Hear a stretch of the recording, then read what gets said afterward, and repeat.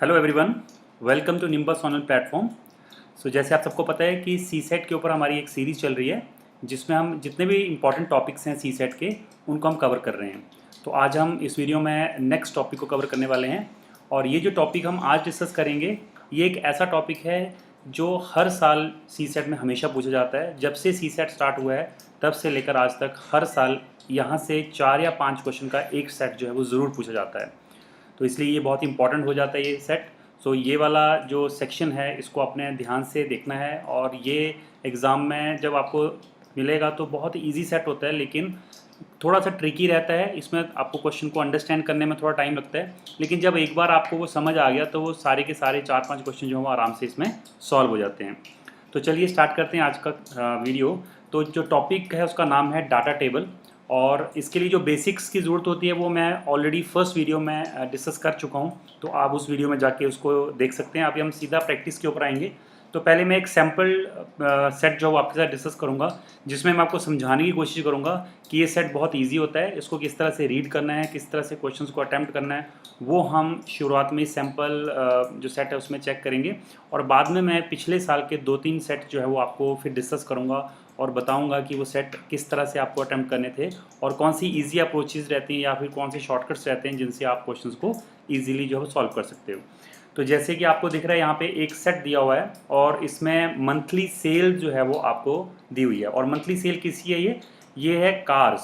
5 types की cars हैं और यहाँ पे 5 टाइप्स की ऑटोमोबाइल शॉप्स हैं। जैसे ये अगर हम बात करें ऊपर शॉप्स हैं, यानी कि पी शॉप है, क्यू शॉप है, आर शॉप है, एस एन इस तरह से टी शॉप है। और जो कार्स हैं वो 5 तरह की हैं। जैसे यहाँ पे ए टाइप की कार, बी टाइप की कार, सी, डी एंड ई। सो ये जो डाटा टेबल है पहले तो इसको रीड करना आना चाहिए। अगर हम सिंपली एक डिस्कस करें कि भाई जो एस शॉप है उसमें बी टाइप्स की कितने कार जो है वो सोल्ड हुई हैं, तो अगर हम बी यहाँ से चेक करेंगे और यहाँ पे हम एस चेक करेंगे तो ये हमारी 4200 कार्स जो हैं वो बी की सोल्ड हुई हैं शॉप एस के अंदर।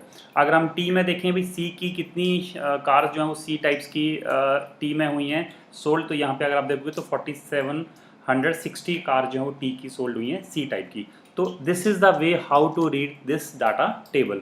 सो अब हम आते हैं क्वेश्चंस के ऊपर। अब क्वेश्चंस अगर आप देखेंगे थोड़ा समझने में टाइम ज़रूर लग सकता है आपको, लेकिन एक बार आपको समझ आ गया तो क्वेश्चन बहुत ईजिली सॉल्व हो जाता है।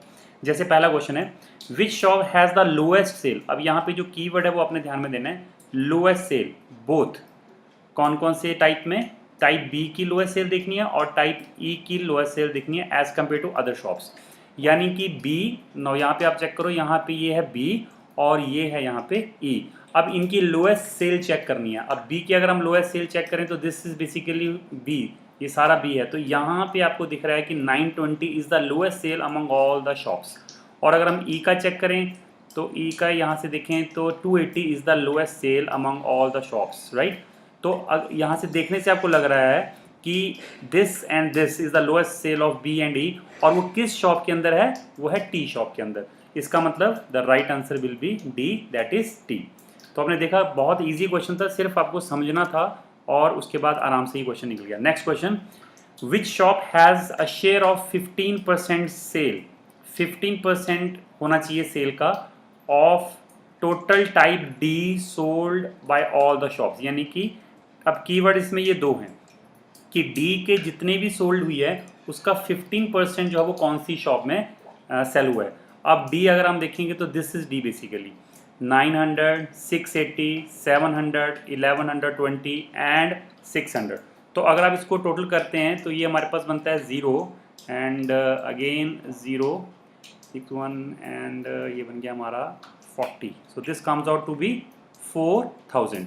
Now this is the basically total sale, यानी कि हमने क्या किया, हमने इनको प्लस किया है सबको। तो हमने इनको प्लस कर दिया तो डी का टोटल सेल हमारे पास आ गया।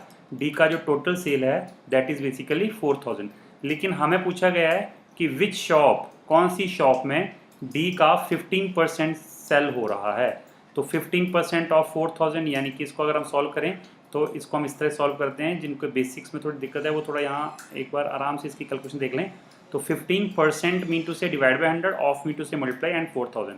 तो जब हम इसको यहाँ से कट करते हैं तो the right answer will be 600। तो यहाँ पे हमारे पास 600 जो है वो यहाँ पे आपको दिख रहा है कि टी शॉप जो है वहाँ पे डी के 600 शॉप कार जो सोल्ड हो रही हैं। इसका मतलब D is the right answer, right. तो इस तरह से हमारे पास सेकंड क्वेश्चन सॉल्व हो गया। अब आते हैं हम थर्ड क्वेश्चन के ऊपर। Which shop has the highest sale of cars of all the types. अब कौन सी शॉप है जिसकी कार की सेल सबसे ज़्यादा है, यानी कि हमें इस तरह से इसको चेक करना है कि इसकी कार की सेल कितनी है, इसमें कार की सेल्स कितनी है, यानी कि हर शॉप में जो कार्स सोल्ड हो रही हैं उनका टोटल अगर हम करके देखें तो कौन सी शॉप है जिसमें सबसे ज़्यादा इसका सेलिंग हो रहा है, यानी कि सबसे नंबर ऑफ कार्स सबसे ज़्यादा कौन सी शॉप में सोल्ड हो रही हैं। अब इस क्वेश्चन को करने के लिए देखिए, हम पूरा प्लस करने की जरूरत नहीं है। आप यहाँ से आइडिया लगाइए, दिस इज़ 1000, 2000, 3000, तो टोटल बन गया 6000 के आसपास। और अगर जो बचा हुआ पार्ट है इसको अगर मैं देखूँ तो अराउंड ये 2000 के आसपास है। तो this is approximately 8 plus minus, यानी कि 8000 के ऊपर भी हो सकता है, 8000 से नीचे भी हो सकता है। यहाँ पे अगर हम देखें तो दिस इज बेसिकली 3003, 6000 एंड 4, 10,000। तो 10,000 और ये अगर हम देखें 500, 400, 680, 480, तो दिस अप्रॉक्सीमेटली 2000 के आसपास आएगा। तो ये बेसिकली 12K के प्लस माइनस है। अब ये प्लस भी कर सकते हो पूरे को आप, ऐसा कोई नहीं है, लेकिन मैं आपको एक शॉर्टकट बता रहा हूँ जहाँ से आप इसको इजीली बिना प्लस किए भी निकाल सकते हो। यहाँ पे देखिए 1000, दिस इज़ 3000, दिस इज़ 4, तो 3 और 1 4 और 4 8 और 1 9। और अगर हम यहाँ देखें तो 3 और ये 1,000 यहाँ पे हो गया, और ये कोई 1,500 के हज़ार, यानी कि 9 और 2 11,000 के आसपास, यानी प्लस माइनस प्लस ही होगा, वैसे माइनस तो नहीं होगा। अगर हम यहाँ देखें तो दिस इज़ 2004, 4 और 2 6 और 4 10, 10 और 1 11, 11 और 1 12। और यहाँ पे देखिए 250, 120 और ये 13 के आसपास चला जा रहा है ये। So this is basically 13 plus. यहाँ तो हो ही नहीं सकता, ये तो बहुत कम है। तो एक ऑप्शन तो ये कि आप इन सबको प्लस करो, पी को प्लस करो, क्या को आपस में प्लस करो, सारे आर को प्लस करो और एस को प्लस करो। एक ऑप्शन है कि आप ऐसे approximate, this is basically the approximate values, ये एग्जैक्ट वैल्यू नहीं है, बट यहाँ पे बिना कुछ किए ही आपको आइडिया लग रहा है, बिकॉज फिगर्स काफ़ी दूर हैं। तो आपको सामने दिख रहा है कि यहाँ पे जो एस है उसका जो सेलिंग है, यानी कि नंबर ऑफ कार्स, वो सबसे ज़्यादा हो रही हैं। तो पी क्या वो आर ऑप्शन है, लेकिन यहाँ पे डी हमारा आंसर होगा, बिकॉज इसका जो आंसर आ रहा है वो हमारा आ रहा है एस। तो इस तरह से कई बार क्या होता है कि आपको पूरा सॉल्व नहीं करना होता है, थोड़ा एक आइडिया भी लग सकता है, because data interpretation is more about approximation. अब आज मैं नेक्स्ट क्वेश्चन के ऊपर। Which shop sale car of type B 7 times that of car E, यानी कि बी में जितनी कार सोल्ड हुई हैं that should be 7 times that of car E. B type की जो है वो ई टाइप से 7 गुना होनी चाहिए। तो पहले देखो ये है बी टाइप और ये है ई टाइप। तो पहले देखो यहाँ पे जो बी टाइप है वो 2100 है, यहाँ पे जो ई टाइप है वो 300 है। तो क्या ये इसका 7 टाइम है? Is this 7 times? Yes, because अगर हम 300 को 7 से मल्टीप्लाई करते हैं तो 2100 आता है, यानी कि पी जो शॉप है उसमें ये 7 टाइम हो रहा है। अब आते हैं हम क्या उस शॉप में। यहाँ पे देखिए दिस इज ई का है 440 और यहाँ पे अगर हम देखें तो 380 है हमारा बी का। तो क्या ये 7 टाइम है? अगर आप इसको मल्टीप्लाई करोगे 7 4 28 एंड अगेन 28 प्लस 2 30, तो यानी कि दिस इज अगेन क्या भी 7 टाइम है। तो इसका मतलब पी भी आंसर बन रहा है, क्यू भी बन रहा है। अब हमें आगे कुछ करने की जरूरत नहीं, बिकॉज जब दोनों ही बन रहे हैं तो ना पी आंसर है ना क्यू आंसर है, both will be the answer, कि भाई पी और क्यू दोनों ही आंसर है। अब हमें टी को चेक करने की जरूरत नहीं, बिकॉज हमारा आंसर इन्हीं 3 ऑप्शन में ही एग्जैक्टली निकल रहा है, हमें पता लग गया है। सो इस तरह से हमारा C will be the right answer. Next आते हैं हम फिफ्थ क्वेश्चन के ऊपर। Among all the shops the lowest sale of type A, type A की जो लोएस्ट सेल है has the highest sale of which of the following type. अब ए की जो लोएस्ट सेल है, यहाँ पे देखिए ए की जो लोएस्ट सेल है वो यहाँ पे आ रही है। तो इस शॉप में हाईएस्ट सेल किसकी है? इस शॉप में यानी टी शॉप में हाईएस्ट सेल किसकी है? इसने बोला कि जिस शॉप में ए की लोएस्ट सेल है उस शॉप में किसकी हाईएस्ट सेल है। तो देखो पहले हमने देखा भी ऐसी कौन सी शॉप है जहाँ पे ए की लोएस्ट सेल है, तो हमने देखा भाई 210, यानी कि टी ऐसी शॉप है जिसमें ए की लोएस्ट सेल है। अब ये जो टी शॉप है इसमें हाईएस्ट सेल किसकी है? तो यहाँ पे हाईएस्ट सेल जो है वो यहाँ दिख रही है हमें 4760। और ये कौन सी टाइप है, किस टाइप के कार की सेल है? ये है सी टाइप के कार की, यानी कि ये हमारा आंसर आएगा, that is B is the right answer. तो इस तरह से ये हमारा सेट जो है वो कंप्लीट हुआ और 5 क्वेश्चन थे और आपने देखा बहुत ही सिंपल सा सेट था। अगर आपको एक बार डाटा रीड करना आ जाएगा तो उसके बाद ये सारे क्वेश्चन बहुत ईजिली निकल रहे हैं। अब नेक्स्ट आ जाते हैं हम। अब ये जो मैं सेट आपके साथ यहाँ पे शेयर कर रहा हूँ, ये बेसिकली 2021 का एक्चुअल पेपर का सेट है। तो ये सेट अगर आप देखो तो थोड़ा देखने में ट्रिकी लग रहा है, कुछ इसमें नंबर्स मिसिंग हैं और आपको पहले वो नंबर्स फाइंड आउट करने हैं। जैसे यहाँ पे आप देखिए क्या दे रखा है यहाँ पे, अमित, विनीत, चारू और दिलीप, ये जो 4 स्टूडेंट्स हैं इनके फिजिक्स, केमिस्ट्री, मैथ्स और इंग्लिश के मार्क्स दे रखे हैं और यहाँ पे टोटल मार्क्स दे रखे हैं, लेकिन सारे मार्क्स नहीं दे रखे। जैसे अमित के फिजिक्स में 80 हैं, केमिस्ट्री में 70 हैं, लेकिन मैथ में कितने हैं वो हमारे पास यहाँ क्वेश्चन मार्क है। इंग्लिश में जो है वो 80 हैं टोटल, फिर अब नहीं पता वो, क्योंकि हमारे पास मैथ्स के पता नहीं है। इस तरह से विनीत के देखिए यहाँ पे क्वेश्चन मार्क है, यहाँ पे क्वेश्चन मार्क है, लेकिन इनको फिलअप करने के लिए आपको यहाँ पे एक इन्फॉर्मेशन दे रखी है। जैसे अमित के एवरेज मार्क्स इतने हैं, है ना, और फिजिक्स के इतने एवरेज मार्क्स हैं, यानी कि आपको कुछ ऐसी एक्स्ट्रा इन्फॉर्मेशन दी हुई है जिसको आप यूज़ करके ये जो गैप्स यहाँ पे आपको दिख रहे हैं, ये सारे गैप्स यहाँ पे आपको फिलअप करने हैं। और जब ये गैप्स फिलअप हो जाएंगे तो अपने आप आपका जो आंसर्स हैं वो सारे निकल जाएंगे। तो पहले हम क्वेश्चन देखते हैं। इसने बोला है कि who scored the lowest of total. अब who scored the lowest of total, इसका मतलब हमें चाहिए अमित के टोटल मार्क्स यहाँ पे चाहिए, इसी तरह से हमें विनीत के टोटल चाहिए, चारू के तो हैं यहाँ पे लेकिन दिलीप के टोटल चाहिए। तो इसका मतलब हमें इन सबके टोटल मार्क्स निकालने पड़ेंगे, तभी हम इनके जो वैल्यूज़ हैं निकाल के तभी हम आंसर को बता पाएंगे। तो यानी हमारा जो पहला क्वेश्चन है इसमें वो ये है कि ये जो मिसिंग वाले नंबर्स हैं वो क्या हैं। तो उसके लिए हम ऐसे करते हैं, ये जो इन्फॉर्मेशन दे रखी है वहाँ से हम इसको यूज़ करते हैं। सबसे पहले तो मैं आपको बता देता हूँ कि जो एवरेज होती है वो मैंने आपको पहले फर्स्ट क्लास में फार्मूलेस बताए हुए हैं। तो एवरेज क्या होती है, सम ऑफ ऑल द नंबर्स, जितने भी नंबर्स हैं, और डिवाइडेड बाय n। तो ये फार्मूला है हमारा एवरेज का। तो अभी इसी के ऊपर इसको हम यूज़ करेंगे, इसलिए मैंने यहाँ पे लिख दिया। अब पहला जो लाइन है वो क्या बोलता है कि Amit's average marks were 72.5 in all the 4 subjects. अब देखिए यहाँ पे जो अमित है, अमित का जो एवरेज है, औसत जिसको बोलते हैं, वो हमें दे रखा है 72.5। लेकिन अमित का एवरेज तो हम ऐसे निकाल सकते हैं 80 + 70 + दिस। अब ये कितना है ये तो नहीं दिया हुआ, तो उसको हम x ले लेते हैं, एंड 80 उसको प्लस करेंगे, डिवाइड बाय 4 करेंगे तो हमारा एवरेज आ जाएगा। तो इसको अगर हम देखें तो ये हमारे पास बन जाता है 80 + 70 प्लस यहाँ पे x ले लेते हैं, प्लस हमारे पास आ जाता है 80, डिवाइडेड बाय 4 करेंगे तो ये आ जाएगा 72.5। अब ये 4 इस तरफ जाएगा तो ये हमारे पास बन जाएगा 0 20 4 जा 20 एंड 7 4 जा 28 एंड हमारे पास आ गया 129, that is 290, right. So this is 290। अब यहाँ पे अगर हम प्लस करते हैं तो 80 + 70 हमारा 150, 150 + 80 ये बन जाता है हमारा 230। तो हमारे पास जो x है वो जब उस तरफ जाएगा ये 230 तो माइनस हो जाएगा। ये थोड़ा कैलकुलेशन मैं यहाँ पे फास्ट कर रहा हूँ बिकॉज ये बेसिक सी कैलकुलेशन है। तो ये हमारे पास x की वैल्यू आएगी विच इज़ 290 - 230। तो यहाँ से हमारी जो x की वैल्यू है वो आ जाएगी 60। अब x जो है वो यहाँ पे है, देखिए ये x है यहाँ पे, तो ये x की वैल्यू मैंने यहाँ पे डाल दी तो x हमारे पास आ गया 60, यानी कि जो अमित है उसके मार्क्स हमारे पास आ गए 60। अब हम नेक्स्ट लाइन पढ़ते हैं। The average marks in physics for all the 4 subjects is 67.5। अब यहाँ पे दूसरे नंबर पे दे रखा हमें फिजिक्स के बारे में। तो जो फिजिक्स का एवरेज है, अब यहाँ पे फिजिक्स का एवरेज दे रखा है, फिजिक्स का एवरेज दिया हुआ हमें 67.5। लेकिन फिजिक्स अगर हम देखें यहाँ पे तो ये 4 नंबर्स का प्लस करके एवरेज आ जाएगा, दैट इज़ 80 + 60 प्लस जो मिसिंग है उसको मैक्स ले लेता हूँ plus 90 divided by 4 which is equal to 67.5। अब जब आप इसको इस तरफ को ले जाओगे और मल्टीप्लाई करोगे तो ये हमारे पास आ जाएगा 0 20 अगेन 20 एंड 3 270। तो ये बन जाएगा हमारे पास 270। और अगर हम 80 + 60 करें तो 140 एंड 90 करें तो 230। तो ये हमारे पास क्योंकि x निकालना है हमने तो ये उस तरफ जाएगा राइट साइड में, तो ये आ जाएगा 230।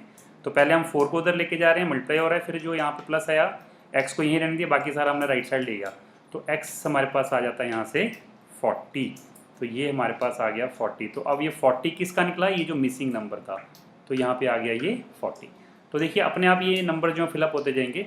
नेक्स्ट लाइन है हमारी, Vineet's average marks for all the 4 subjects were 1.5 times the Charu's marks in physics.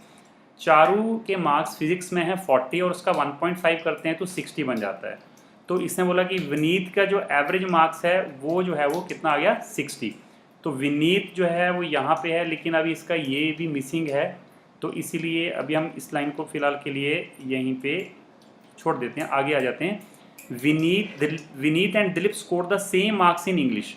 English की बात करते हैं तो दिलीप के मार्क्स 60 हैं और इसने बोला कि जो विनीत है उसके भी उतने ही हैं।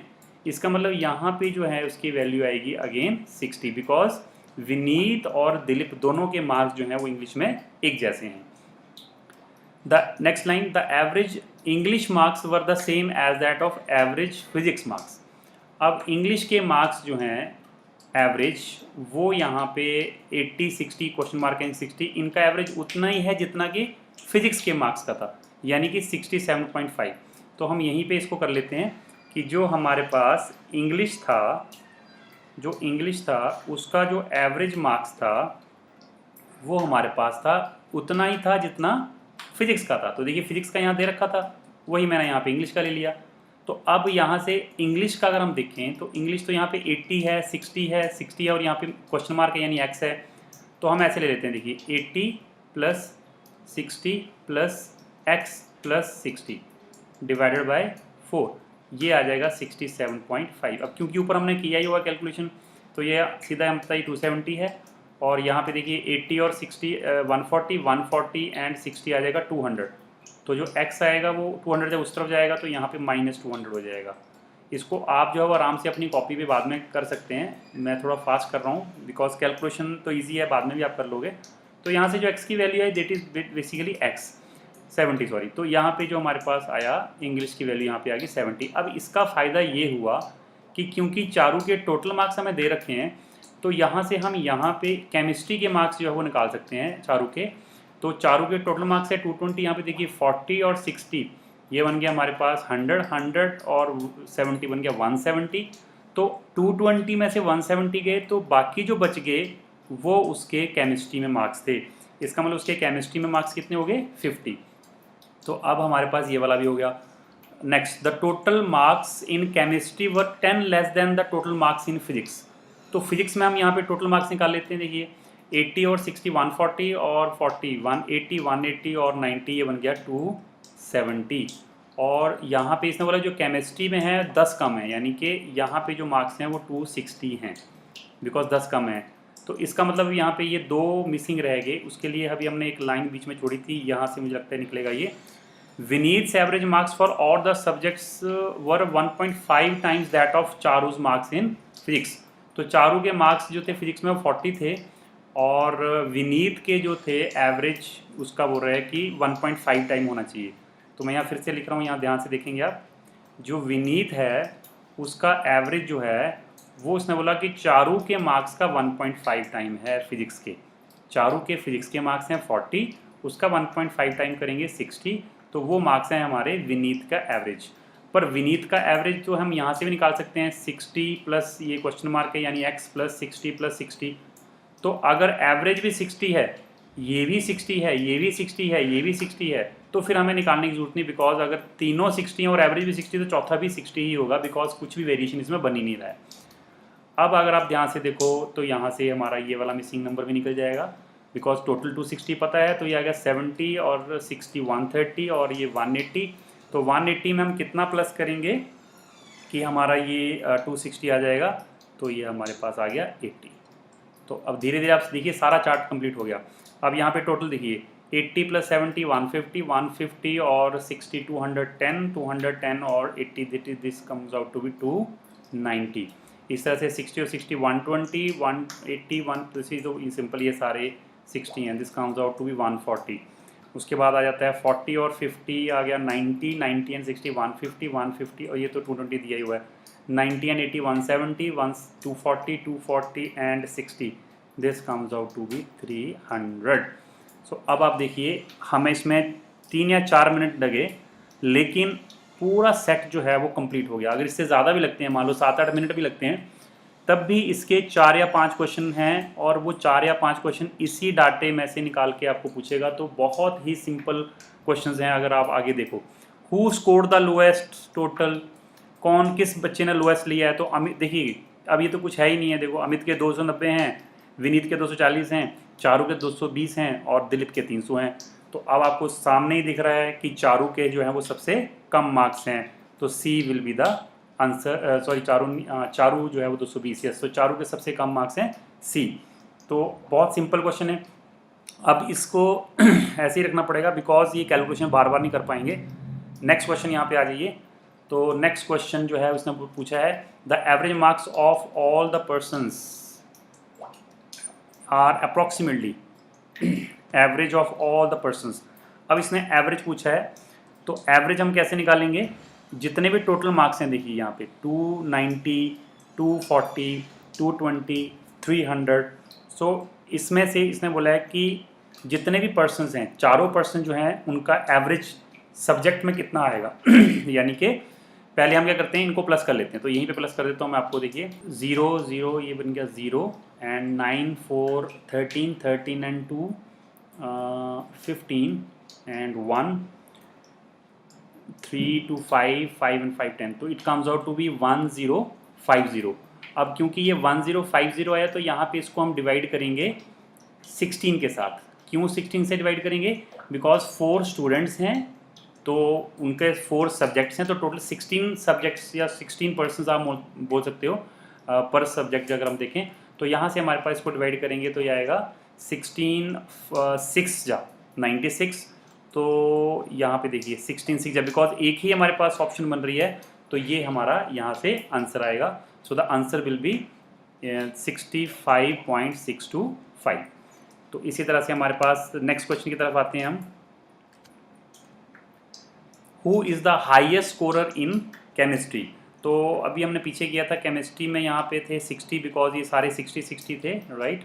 और इसके अलावा यहाँ पे 50 था और यहाँ पे जो था वो हमारे पास था 80, राइट। यहाँ पे था हमारे पास 40, पर बाकी की ज़रूरत नहीं है। तो हमें इसने बोला who is the highest scorer in chemistry. तो यहाँ पे अगर हम केमिस्ट्री को चेक करते हैं, सिर्फ यहाँ पे देखिए दिस इज बेसिकली केमिस्ट्री, तो यहाँ पे आपको दिख रहा है 80 जो है वो किसके मार्क्स हैं, दिलीप के मार्क्स हैं। सो दिलीप जो है वो हमारा ऑप्शन है डी। तो दिलीप यानी कि D is the right answer, ठीक है। अब आते हैं हम नेक्स्ट क्वेश्चन की तरफ। Who is the lowest scorer in physics. तो ये तो हमें याद है, यहाँ पे हमने 40 लिखा था, अगर आपको याद होगा पीछे, अगर आप पीछे वीडियो को बैक करके भी देख सकते हैं, वहाँ पे हमने कैलकुलेशन किया तो यहाँ पे 40 आया था। तो 40, अब फिजिक्स बिकॉज ये सारा फिजिक्स से पहला ही हमने निकाला था, 40 आ गया था वो। तो यहाँ पे अगर हम 40 देखें तो इस तरह से हमारे पास जो है वो बनता है चारू का। तो चारू जो है वो सी है, तो C is the right answer. Okay, so इस तरह से ये हमारा क्वेश्चन हो गया। नेक्स्ट क्वेश्चन, अब ये हमारा नेक्स्ट डाटा है और ये जो टेबल है वो हमारा 2020 का टेबल है। तो इसमें हम ध्यान से देखते हैं क्या दिया हुआ है। Table given below gives the estimated and the actual sales revenue and cost. यानी कि सेल रेवेन्यू दे रखा है और हमारा कॉस्ट दे रखा है, बट दो वैल्यू दे रखी है। एक तो एस्टिमेटेड दे रखा है कि भाई हमने सोचा था इतना होगा, लेकिन बाद में जब हमने सेल किया एक्चुअली तो वो हमारा इतना हुआ, ठीक है।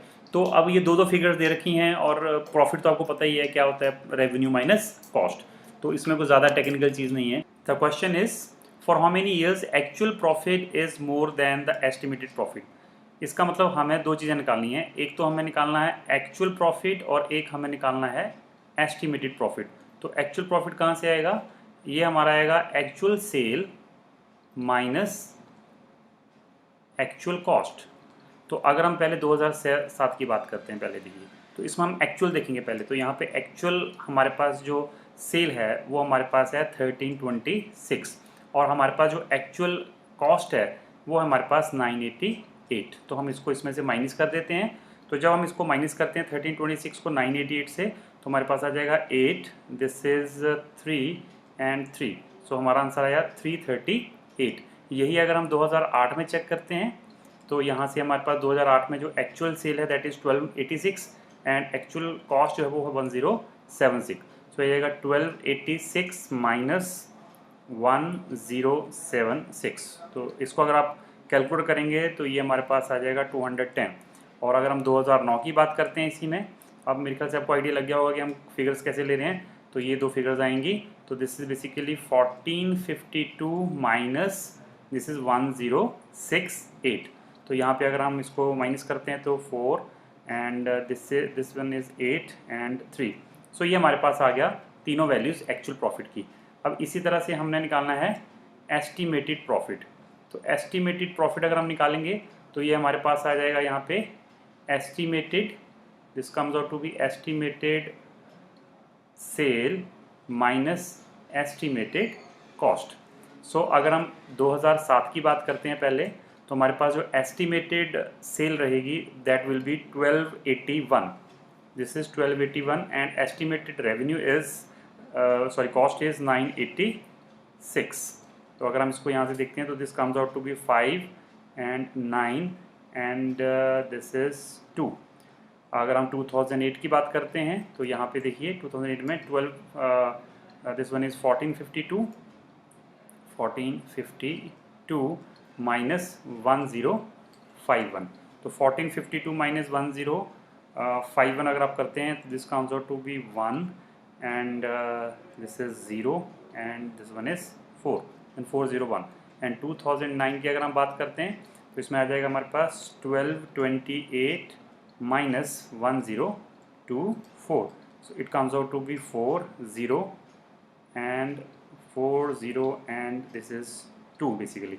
So इस तरह से अगर आप देखें तो अगर हम 2007 में देखते हैं तो यहाँ पे हमारी जो एक्चुअल प्रॉफिट है वो 338 है, लेकिन हमारा एस्टिमेटेड प्रॉफिट जो था वो 295 था। तो यहाँ से पूछा हुआ था कि कितने सालों में actual profit is more than the estimated profit. तो यहाँ पे अगर हम देखें तो ये हमारा मोर है, एक्चुअल प्रॉफिट ज़्यादा है। यहाँ पे देखें तो दिस इज़ 2010 और हमारा जो एस्टिमेटेड प्रॉफिट है वो है 401। इसका मतलब यहाँ पे ये कम है, हमारा एक्चुअल प्रॉफिट कम है। और अगर हम यहाँ देखें इसको कंपेयर करें 204 से, तो हमारा एक्चुअल प्रॉफिट जो है वो ज़्यादा है। इसका मतलब एक यहाँ पे और एक यहाँ पे 2 साल ऐसे हैं जिसमें इसका जो एक्चुअल प्रॉफिट है वो एस्टिमेटेड प्रॉफिट से ज़्यादा है। तो इस तरह से हमारा जो आंसर आएगा that will be 2, that is C is the right answer. Next question देखिए, इसमें बोला कि a measure of forecasting done by marketing team is the ratio of estimated sale to the actual sale. यानी कि forecasting अगर हम करें यहाँ पे, फोरकास्टिंग अगर हम कर रहे हैं यहाँ पे, तो फोरकास्टिंग का जो रेशियो है वो आ रहा है एस्टिमेटेड ऊपर रहेगा डिवाइडेड बाय एक्चुअल।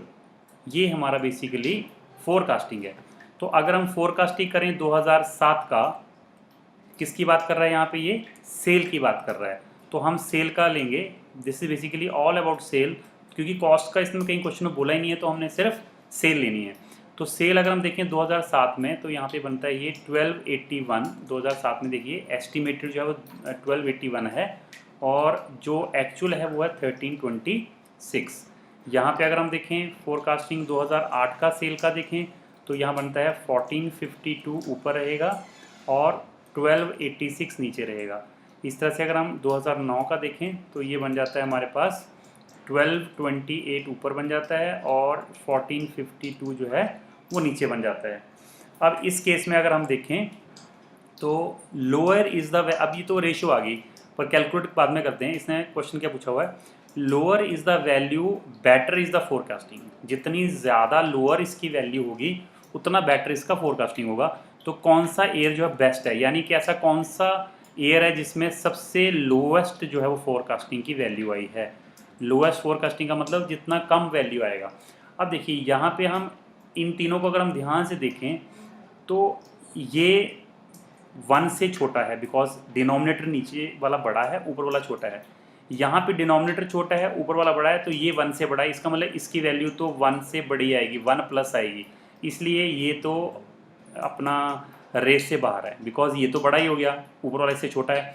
नीचे देखें तो यहाँ पे भी ऊपर वाली वैल्यू जो है वो बड़ी है, सॉरी छोटी है, और नीचे वाली वैल्यू जो है वो बड़ी है। तो इसका मतलब अब ये 2007 और 2009 इन दोनों में से ही कोई एक लोएस्ट वैल्यू है। अब मैं यहाँ पे लिख रहा हूँ, देखिए दिस इज़ 1281, दिस इज़ 1326। यहाँ पे अगर हम देखें this is 1228 and this is 1452।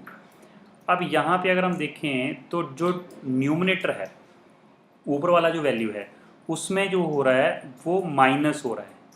जब मैं यहाँ से यहाँ जा रहा हूँ तो मेरी वैल्यू माइनस हो रही है, कम हो रही है, और जब मैं यहाँ से यहाँ जा रहा हूँ तो मेरी वैल्यू प्लस हो रही है, राइट। ये कंपैरिजन है। वैसे इसको आप डिवाइड करके दे सकते हो, बेस्ट वहीं से आ जाएगा जल्दी से, लेकिन जिनका थोड़ा मैथ अच्छा है अगर वो इसको बात को समझ सकते हैं तो मैं उनको समझा रहा हूँ कि अगर आपका न्यूमरेटर जो है वो कम हो रहा है और डिनोमिनेटर आपका बढ़ रहा है तो आपकी जो ओवरऑल वैल्यू है वो जो है वो कम आएगी एज़ कम्पेयर टू पिछली वाली वैल्यू की। क्यों?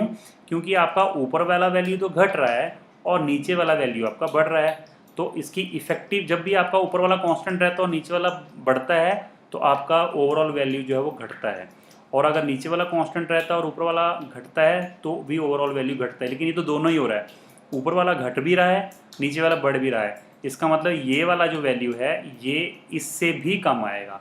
इसका मतलब 2009 वाली जो वैल्यू है वो इन तीनों में सबसे कम आएगी। तो इसका आंसर आएगा 2009, दैट इज सी।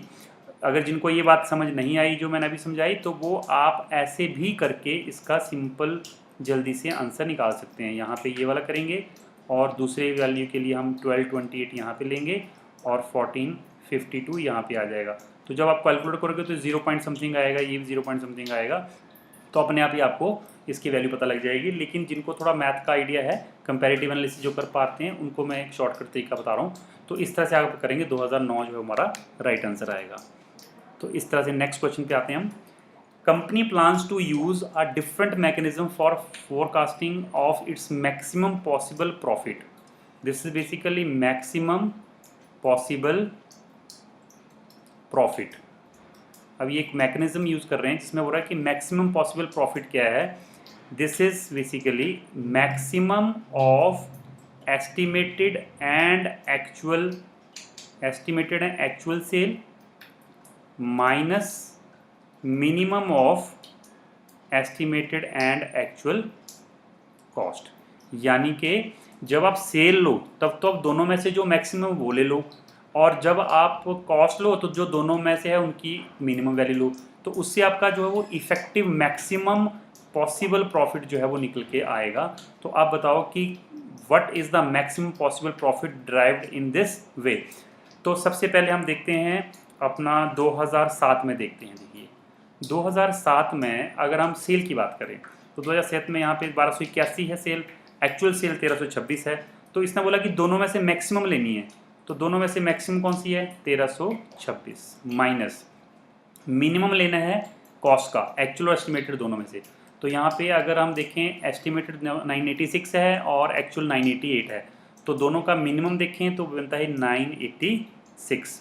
तो अगर हम दोनों को माइनस करते हैं तो आ जाएगा 0, 4 and this comes out to be 3, तो ये आ जाएगा 340। अगर हम 2008 में देखें, आप मेरे ख्याल से आपको समझ आ गया होगा, यहाँ पे दोनों में मैक्सिमम कौन है, इन दोनों में मैक्सिमम है 452, और इन दोनों में मिनिमम कौन है 1051 और 1076 में 1051। तो ये हमारे पास बन गया 1, 0 एंड 4। इस तरह से अगर हम 2009 में देखें तो 2009 में हमारा बनता है जो हमारा मैक्सिमम है 1228 और 1452 में से 1452, और अगर हम इसमें से दोनों में से लोएस्ट देखें तो ये बनता है हमारा 1024। तो ये बन गया हमारे पास 8 एंड 2 एंड 4। तो अब इसमें से अगर हम देखें the what is the maximum possible profit, तो मैक्सिमम प्रॉफिट जो है देखिए यहाँ पे 428 आ रहा है। तो यहाँ पे देखिए this is the right answer, that is C. तो कुछ नहीं है, बस थोड़ा सा अगर आप इसको समझ लो अच्छे से तो ये क्वेश्चन आराम से आपका निकल जाएगा। नेक्स्ट आते हैं। अब देखिए ये नेक्स्ट जो सेट है वो 2020 का सेट है हमारे पास, और इसमें आपको जो दे रखा है उसको ध्यान से देखते हैं। Following data will provide data regarding the people who are seeking asylum in different countries में जो जाना चाहते हैं। Share of the top 15 receiving countries in total number of applications, all that is in the table. Okay, US is 50% but of the, okay fine. So यहाँ पे देखिए अब ये जो है, अब थोड़ा मैं एक्सप्लेन करते हूँ। ये 2007 में जो लोग जिस कंट्री में जाना चाहते हैं, मान लो यहाँ पे 15% लोग, यानी कि अगर 2007 में 100 लोगों ने जो है वो अप्लाई किया है तो उसमें से 15% लोगों ने यूएसए के लिए अप्लाई किया है, 9% पर्सनस ने फ्रांस के लिए अप्लाई किया है। तो इस तरह से ये टोटल जो है वो प्रॉफिट जो टोटल इनका है जो है वो यहाँ पे आ जाएगा। बट हालांकि ये 100% नहीं होगा, क्यों?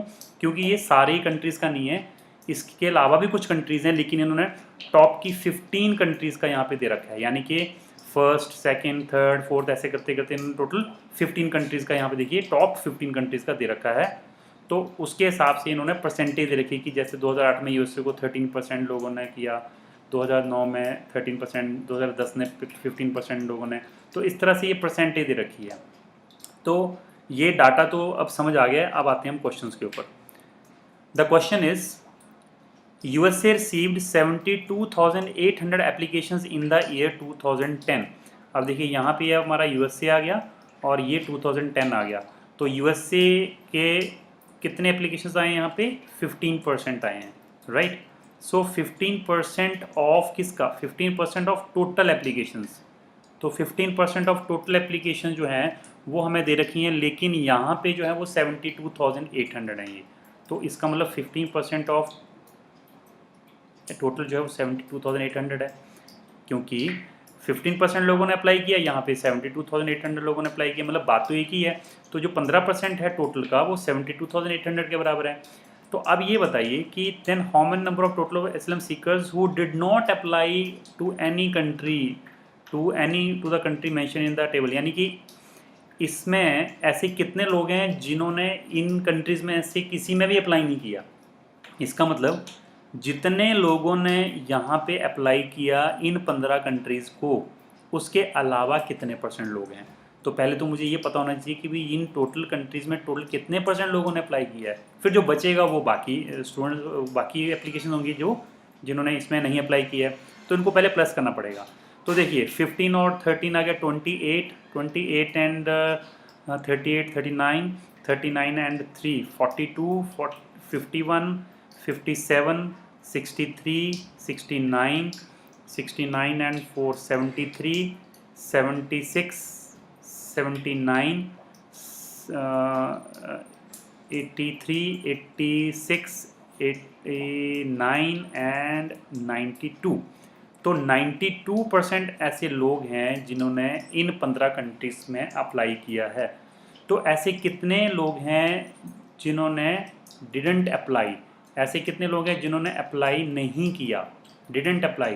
तो यहाँ से आपको दिख रहा है 8% लोग ऐसे हैं जिन्होंने अप्लाई नहीं किया।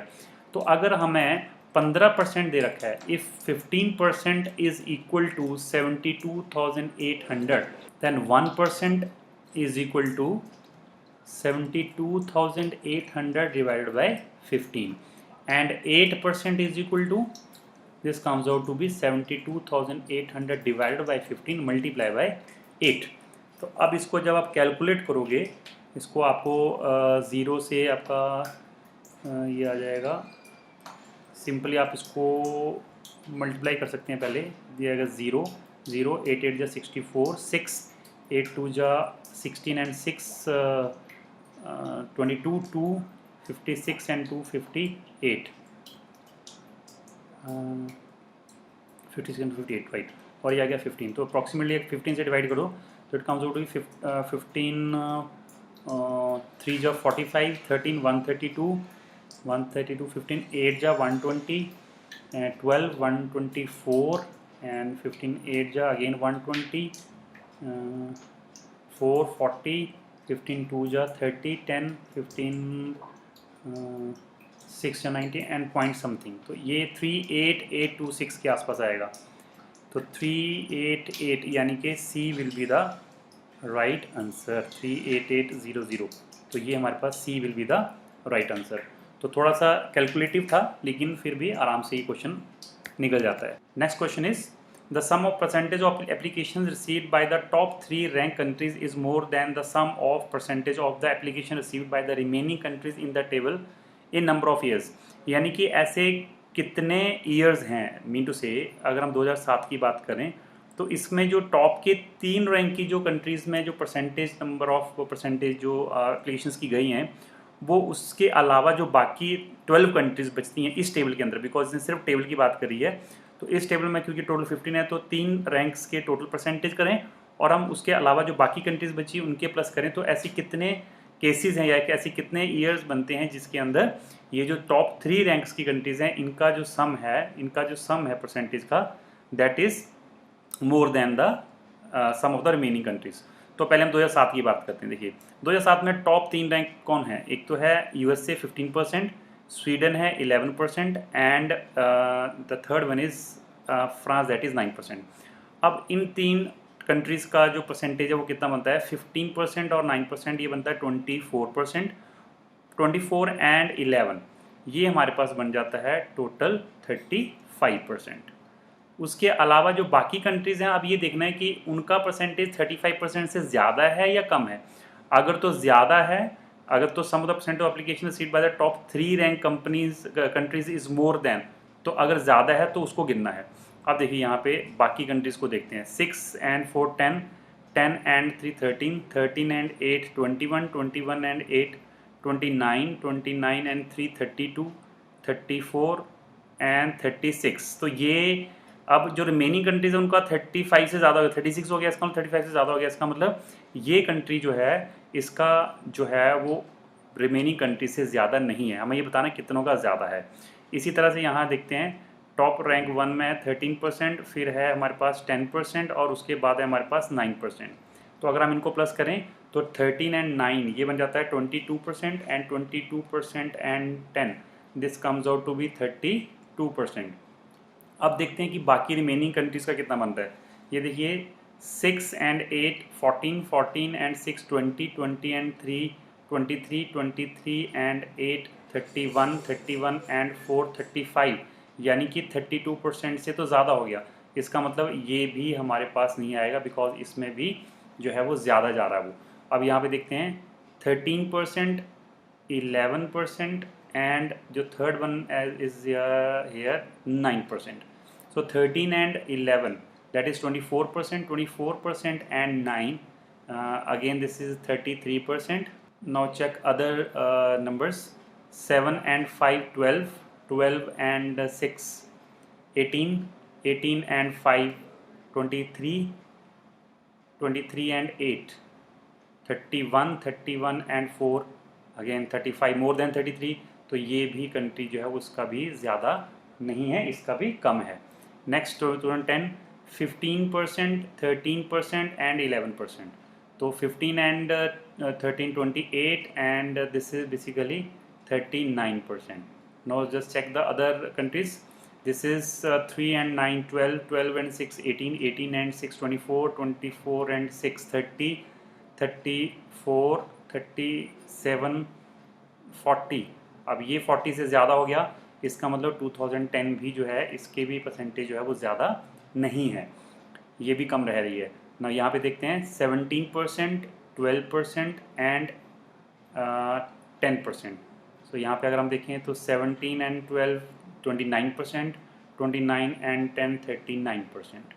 अब बाकी को देखते हैं 8 एंड 7 15, 21, 27, 33, 37, 41। अब ये भी ज़्यादा हो गया, इसका मतलब ये वाली कंट्री भी इसका ज़्यादा है। इसका मतलब यहाँ पे कोई भी ऐसी कंट्री नहीं बन रही है जिसका परसेंटेज जो है टॉप 3 का बाकी रिमेनिंग कंट्रीज़ के सम से ज़्यादा आ रहा है। इसलिए इसका जो राइट आंसर आएगा that will be none of this, because यहाँ पे इसका आंसर आ रहा है 0। ऐसी कोई भी कंट्री नहीं है जिसका सारे नंबर्स जो हैं 3 रैंक्स जो हैं बाकी कंट्रीज़ के परसेंटेज से ज़्यादा आ रहा है। तो इसका आंसर आएगा D, that is none of this.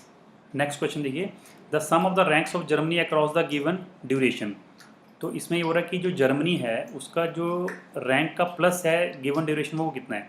तो चलिए 2007 में देखते हैं। देखिए 2007 में देखिए यहाँ पे यह 15 है, फिर उसके बाद हमारा 11 है रैंक 2, और 9 है रैंक 3, और 8 है रैंक 4, रैंक 5 एंड ये भी 5 बना, ये 6 हो गया।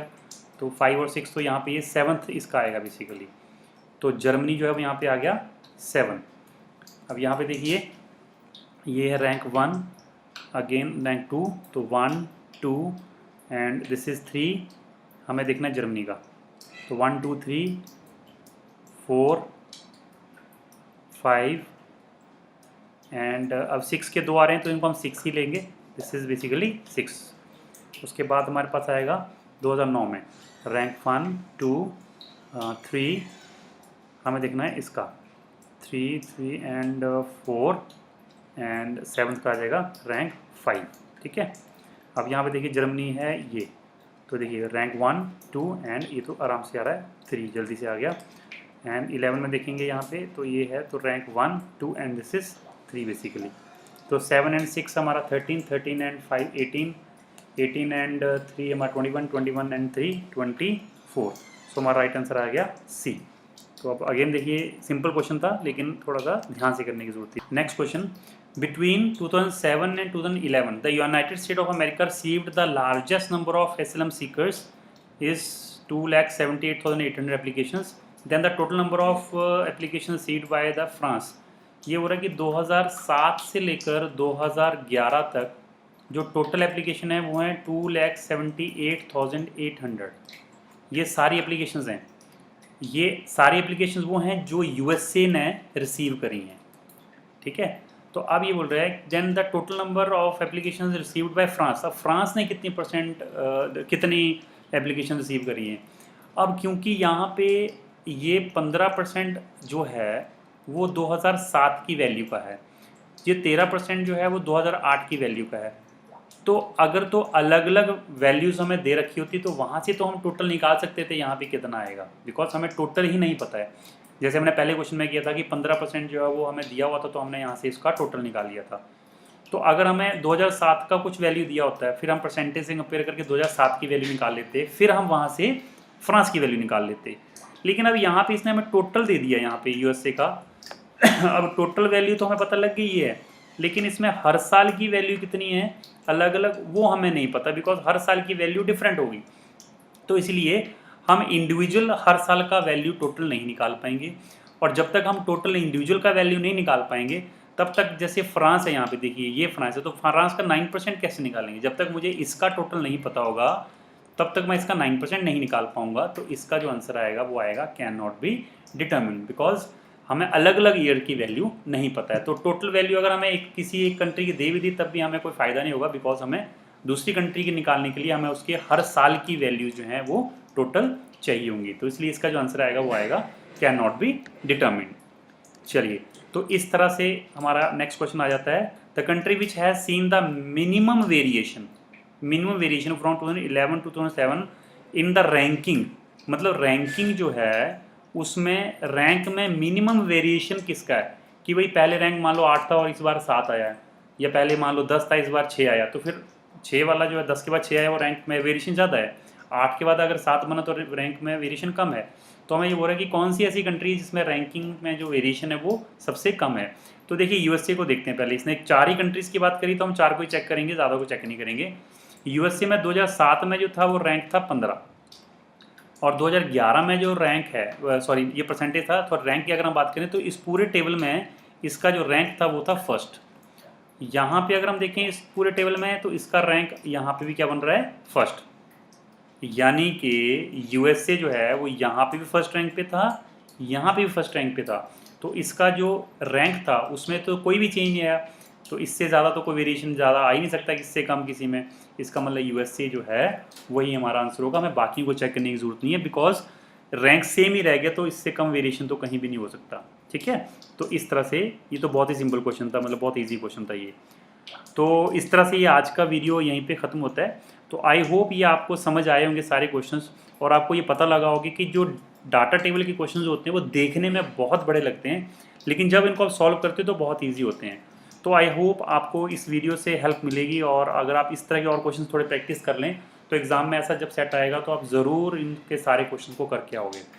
तो all the very best for your exam, and आज के लिए इतना ही। Thank you very much, take care.